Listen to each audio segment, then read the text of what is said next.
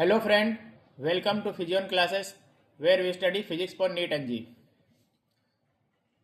We are currently dealing with chapter 5, that is Newton's laws of motion. Up till now we have solved up to question number 6, objective 1. Now let us take question number 7. Neglect the effect of rotation of the earth. Suppose the earth suddenly stops attracting objects placed near the surface. A person standing on the surface of the earth will fly up, slip along the surface, fly along a tangent to the earth surface, remain standing.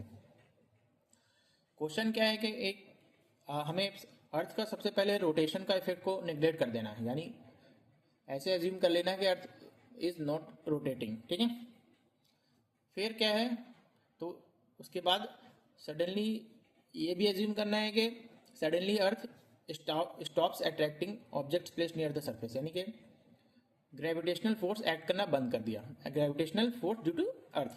The person standing on the surface of the earth will fly up, stop along, slip along the surface, fly along a tangent to the surface, remain standing.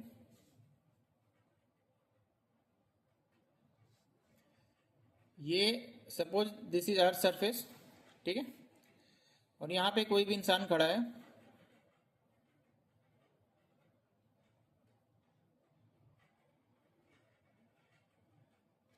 ठीक है, suppose. तो ये इस पे पहले हमें देखना है कि कौन कौन से फोर्स लग रहे हैं, फिर हम समझेंगे कि अर्थ पे फोर्स ऑफ ग्रेविटी लगने के बाद क्या होगा. सब case 1 when force of gravity is acting, यानी कि जब अर्थ इज अट्रैक्टिंग बॉडी, है ना, तो एक फोर्स लगेगा जो mg और एक फोर्स लगेगा नॉर्मल फोर्स, और दोनों इक्वल होगा. इसलिए अर्थ सरफेस पे बॉडी पे कोई नेट कोई एक्सेलरेशन नहीं होता है, सरफेस पे रुका हुआ रहता है ना. अब जब अगर सपोज करो दूसरे सिचुएशन में क्या होगा ना कि ये mg सीज टू एग्जिस्ट, तो हमें पता है कि ये जो नॉर्मल जो फोर्स है इट इज ये जो रिएक्शन फोर्स होता है उसका ही एक इलेक्ट्रोमैग्नेटिक फोर्स जो होता है उसका एक वर्टिकल कंपोनेंट होता है, और it is self limiting. Friction भी सेल्फ लिमिटिंग होता है. जैसे when a body is moving तो फोर्स लगेगा, फ्रिक्शनल फोर्स, और जैसे ही वो रुक जाएगा तो उस टाइम फोर्स फ्रिक्शन नहीं लगेगा, वरना फिर रुकने पे भी वो एक्सेलरेट करता रहता. तो this force is self limiting, यानी ये सेल्फ एडजस्टिंग, अपना बढ़ जाता है घट जाता है. तो जब when the situation will be such that कि अब mg कोई लग नहीं रहा है, तो उस सिचुएशन में एन भी जीरो हो जाएगा, और उस केस में भी इस पर नेट फोर्स जीरो लगेगा. अब नेट फोर्स जीरो लगेगा, और पहले ही कह रखा है कि ये रोटेशन तो हो नहीं रहा है, तो रोटेशन की वजह से इसके पे कोई मोशन होगा नहीं, इन मोशन ऑफ इनर्शिया तो होगा नहीं कि it will continue to fly, तो इसलिए it will remain standing as a such. ठीक है, तो आंसर इज डी. अगर ऐसा होता कि it suddenly it comes to stop suddenly it stops rotating, तो उस सिचुएशन में होता है कि बिकॉज ऑफ ये फ्लाई कर जाता है. ठीक है, okay. Now we take next question. 3 rigid rods are joined to form an equilateral triangle ABCD of side 1 meter. 3 particles carrying charges 20 microcoulomb are attached to the vertices of the triangle. The whole system is at rest in an inertial frame. The resultant force on the charged particle at A has the magnitude. Question क्या है कि एक equilateral triangle, यानी एक triangle जिसका तीनों का side बराबर हो, ऑफ साइड 1 मीटर बनाया गया ABC, और तीनों वर्टिसेस पे एक पार्टिकल रखा गया है जिसका 3 पार्टिकल्स कैरिंग चार्जेस, जिसका चार्ज है जिसके पास है 20 माइक्रोकूलम तीनों के पास. अब ये तीनों इस तरह से है कि the whole system is at rest in an inertial frame. यहाँ ये तीनों के तीनों इनर्शियल फ्रेम में रेस्ट पे है, यानी किसी में मूवमेंट नहीं हो रहा है. ठीक है, तो अब the resultant force on the charge particle at a has the magnitude. ये क्वेश्चन भी it is very similar to last question. देखो हम लोग ए पे फोर्स से देखेंगे कौन कौन से लगेगा. ठीक है, एक तो ये बी, एक यहाँ पे जो पार्टिकल इसके वजह से लगेगा इस डायरेक्शन में, इसको हम लोग मान लेते हैं एफ, ठीक है। तो ये भी इस पे उतना ही फोर्स लगाएगा, इसका भी फोर्स, इसका भी मैग्नीट्यूड तो सेम ही होगा एफ, और दोनों के बीच में एंगल होगा 60 डिग्री, ठीक है। तो ये इसका एक रिजल्टेंट होगा जो इस डायरेक्शन में आएगा।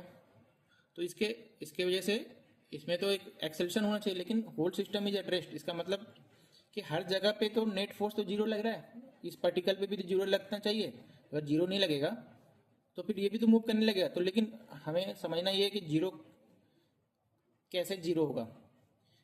दो फोर्स तो हमें दिख रहा है कि लग रहा है, एक बी पे जो चार्ज है वो इस पे फोर्स लगा रहा है, सी पे जो चार्ज है वो भी इस पे फोर्स लगा रहा है, तो नेट तो कुछ फोर्स होना चाहिए। और दोनों के बीच में चूंकि एंगल 60 डिग्री है, 180 तो है नहीं कि वो कैंसिल कर रहा है, तो फिर जीरो क्यों है? और जीरो इसलिए है क्योंकि पूरा सिस्टम रेस्ट पे है, ठीक है। Whole system is at rest. क्योंकि यहाँ पे एक दो फोर्स हम लोग नेग्लेक्ट कर रहे हैं। ये जो रॉड है ना, रॉड भी एक तरह से उस पर टेंशन सा डेवलप होगा और यहाँ पे ये फोर्स लगाएगा, ठीक है। और वो भी ये भी इस डायरेक्शन में फोर्स लगाएगा, या यू कैन से, ठीक है। तो ये दोनों इस तरह से इतना एडजस्ट करेगा कि ये जो नेट होगा उसको जीरो कर देगा, इसलिए इसका भी आंसर है zero. The whole system is at rest, okay, ठीक है। Now we take the next question, question number, a force F1 acts on a particle so as to accelerate it from rest to a velocity v. The force F1 is then replaced by F2 which decelerate to F2 which decelerate to 0 0, ठीक है। Not F2. F1 must be equal to F2, F1 may be equal to F2, F1 must be unequal to F2, none of this. तो सबसे पहले question क्या है कि question ये है कि एक पार्टिकल है, उस पर एक फोर्स लग रहा है F1 और उसको एक्सीलरेट कर रहा है, यानी कि फोर्स F1 लग रहा है और उसकी वेलोसिटी बढ़ रही है, तो रेस्ट से बढ़ रहा है, बढ़ते बढ़ते कितने पे पहुंच गया, वेलोसिटी v तक पहुंच गया। अब वो फोर्स F1 लगना बंद हो गया और फोर्स F1 की जगह में लगना शुरू हो गया F2 उसको डिक्सलेट कर रहा है, यानी उल्टे डायरेक्शन में फोर्स लग रहा है, तो उसकी वेलोसिटी घट रही, घटते घटते कितने हो गई, जीरो हो गई। अब दोनों F1 और F2 में क्या रिलेशन है, देखो, क्या दोनों मस्ट भी इक्वल, हमेशा इक्वल होगा, मे भी इक्वल हो भी सकता, मस्ट भी unequal, none of the above. ये हम लोग ना वेलोसिटी टाइम ग्राफ से बहुत अच्छे से समझेंगे। ये वेलोसिटी है और ये टाइम है, ठीक है। तो सबसे पहले इस पर एक फोर्स लगना शुरू हुआ और ये इसको एक्सेलरेट कर दिया टू वेलोसिटी v। ये यहाँ पे वेलोसिटी v है, ठीक है, वेलोसिटी v आ गया कोई भी टाइम में। अब इस पे फोर्स F1 लग रहा होगा, ये मान लो थीटा 1 है, ठीक है। ये तो यहाँ पे एक्सेलरेशन कितना होगा, एक्सेलरेशन होगा tan थीटा 1। अब उसका पार्टिकल का मास अगर m मान लेते हैं हम लोग, तो F1 is equal to m tan theta 1 होगा, ठीक है, ओके। नाउ अब कह रहा है कि ये इस तरह से एक्सेलरेट हुआ है कि फिर ये जीरो हो गया। तो देखो ये ऐसे जीरो कैसे हो सकता है, मान लो जीरो हो गया तो ये थीटा 2, ये एंगल कुछ बनेगा, ये थीटा 2 बनेगा। तो ये tan थीटा 2 कितना होगा, tan थीटा 2 जितना भी होगा, F2 क्या होगा, F2 जो होगा वो होगा tan थीटा 2 m, ठीक है। तो अब हम लोग रिलेशनशिप देखते हैं F1 और M2 में, F1 और F2 में क्या रिलेशन है, ठीक है। क्या दोनों इक्वल हो सकता है, F1 is equal to m tan theta 1, F2 is equal to m tan theta 2। देखो थीटा 1 और थीटा 2 की वैल्यू m तो दोनों में m फैक्टर कॉमन है। अगर थीटा 1 और थीटा 2 बराबर हुआ तो यानी दोनों फोर्स बराबर होगा, और अगर बराबर नहीं हुआ तो बराबर नहीं होगा। देखो यहाँ से यहाँ आने के बहुत सारे रास्ते हो सकते हैं, इधर से भी तो आ सकता है ये, ठीक है। तो ये थीटा 3 हो गया, ये जो भी हो गया, यहाँ पे भी आ सकता है। तो जरूरी नहीं है कि थीटा 1 और थीटा 2 बराबर हो, ये भी थीटा 2 हो सकता है, ये भी थीटा 2 हो सकता है, और जरूरी भी नहीं है कि अनइक्वल हो, वो इक्वल भी हो सकता है, अनइक्वल भी हो सकता है, ठीक है। ये यहाँ से वेलोसिटी v से जीरो आने में एक्सेलरेशन अलग अलग हो सकता है। यहाँ तो टाइम थोड़ी ना पूछा कितने देर में होगा, टाइम बॉन्ड तो है नहीं, तो एक्सेलरेशन अलग हो सकता है और फोर्स अलग लगने के बाद भी जीरो हो सकता है। तो F1 may be equal to zero, okay, ठीक है, ठीक है। Now we take next question, question number 10. Question number 10. Two objects A and B are thrown upward simultaneously with the same speed. The mass of A is greater than mass of B. Suppose the air exerts a constant and equal force of resistance on the two bodies. The two will reach the same height. A will go higher than B.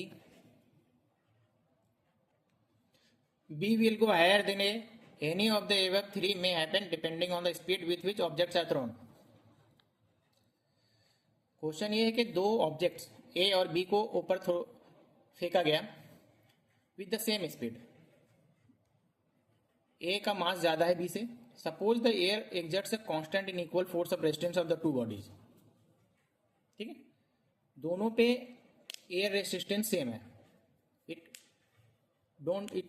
Is not depending on the mass of the object. तो क्या होगा? The two bodies will reach the same height. A will go higher than b और b will go higher, या तीनों हो सकता है, तीनों में से कोई हो सकता है डिपेंडिंग ऑन द स्पीड.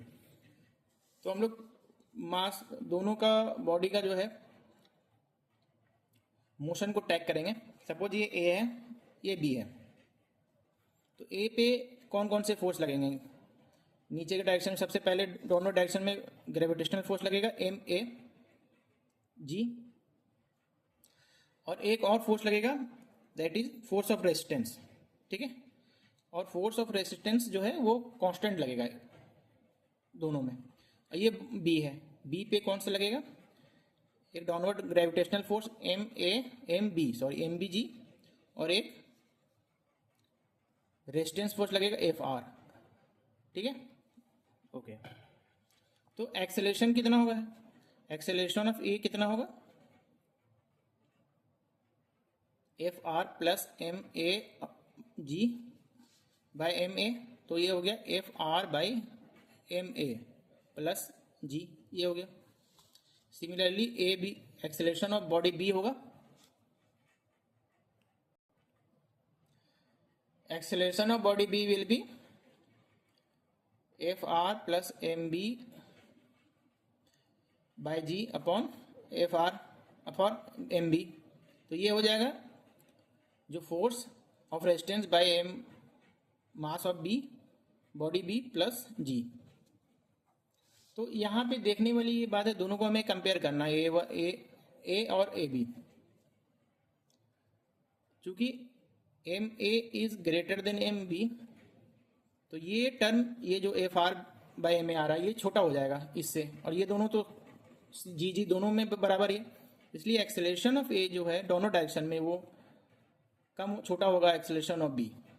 ठीक है, तो एक्सेलरेशन ऑफ ए यानी डाउनवर्ड डायरेक्शन में एक्सेलरेशन, यानी वेलोसिटी में जो नेट ग्रेविटेशनल फोर्स लगेगा, नेट डाउनवर्ड डायरेक्शन में जो एक्सेलरेशन होगा, बॉडी दोनों दो बॉडी है, दोनों को वेलोसिटी वी से प्रोजेक्ट किया गया. ठीक है, एक में कम लगेगा, इसमें एक्सेलरेशन होगा इस डायरेक्शन में ए और इस डायरेक्शन में होगा ए बी. ठीक है, क्योंकि इसका एक्सेलरेशन कम होगा इस डायरेक्शन में, तो ये ऊपर जाएगा, तो A will go higher than B. ये होगा आंसर. इस तरह से भी हम लोग समझ सकते हैं. S is equal to u t, या ऐसे यू टी से नहीं समझ सकते तो ऐसे समझो, v square is equal to u square plus 2s. ठीक है, और यू फाइनल वेलोसिटी दोनों केस में 0 होगा. ठीक है, तो एस और s is equal to u square upon 2a. Acceleration पहला केस में कम है इसलिए एस ज्यादा होगा. ठीक है, ओके. तो A will go higher than B. ये आंसर है बी, 10 का B. Now we take next question, question number 11. ये बहुत लंबा क्वेश्चन लिखा हुआ है. Question number 11. A smooth wedge A is fitted in a chamber hanging from a fixed ceiling near the earth's surface. Block B is placed at the top of the wedge. Takes a time t to slot down the length of the wedge. If the block A is placed at the top of the wedge and the cable supporting the chamber is broken at the same time, the block will take a time longer than t to slide down the wedge. Take a time longer than t to slide down the wedge. Shorter than t, remain at the top of the wedge, jump off the wedge. Question ये है कि ये इस तरह का एक roof है और यहाँ पे इससे वेज को हैंग किया गया है, फिक्स किया गया है. ठीक है, ये वेज है और यहाँ पे वेज पे एक ब्लॉक बी को यहाँ पे रखा गया है, ठीक है, इस टॉप पे। अब ये है कि ये टाइम टी लग लेता है यहाँ से यहाँ आने में, ठीक है, तो यहाँ से स्लाइड करने में। अब ये है कि एक बार यहाँ पे रखा गया ऊपर और जैसे ही ये इसको छोड़ा गया बी को स्लाइड करने के लिए, ये यहाँ से ब्रेक कर गया, ठीक है। तो ब्रेक कर गया तो फिर क्या होगा, ऑप्शन ये कितना, ये जो यहाँ से यहाँ आने में कितना टाइम लगेगा, पहले से ज़्यादा लगेगा, पहले से कम लगेगा, या ये यहीं पे रह जाएगा या जंप कर जाएगा। देखो क्वेश्चन फिर से रिपीट कर देता हूँ मैं। ये इस तरह का एक वेज सिस्टम है, इसको किसी तरह से यहाँ पे फिक्स किया गया है, ठीक है।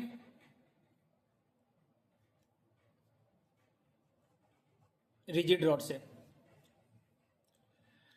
यहाँ पे एक ब्लॉक बी को रखा गया, इसको छोड़ा गया तो ब्लॉक बी इस पे स्लाइड होकर टाइम टी टाइम लेता है ऊपर से यहाँ तक आने में, ठीक है। अब फिर दोबारा यहाँ पे लगाया गया। अब की बार क्या हुआ, जैसे ही ब्लॉक बी को रिलीज किया स्लाइड करने के लिए, यहाँ पे जो ये सीलिंग में से अटैच है ये टूट गया, ठीक है, ब्रेक कर गया ये, और ये फ्री फॉल होने लगा। तो क्या होगा, फ्री फॉल ही होने लगेगा।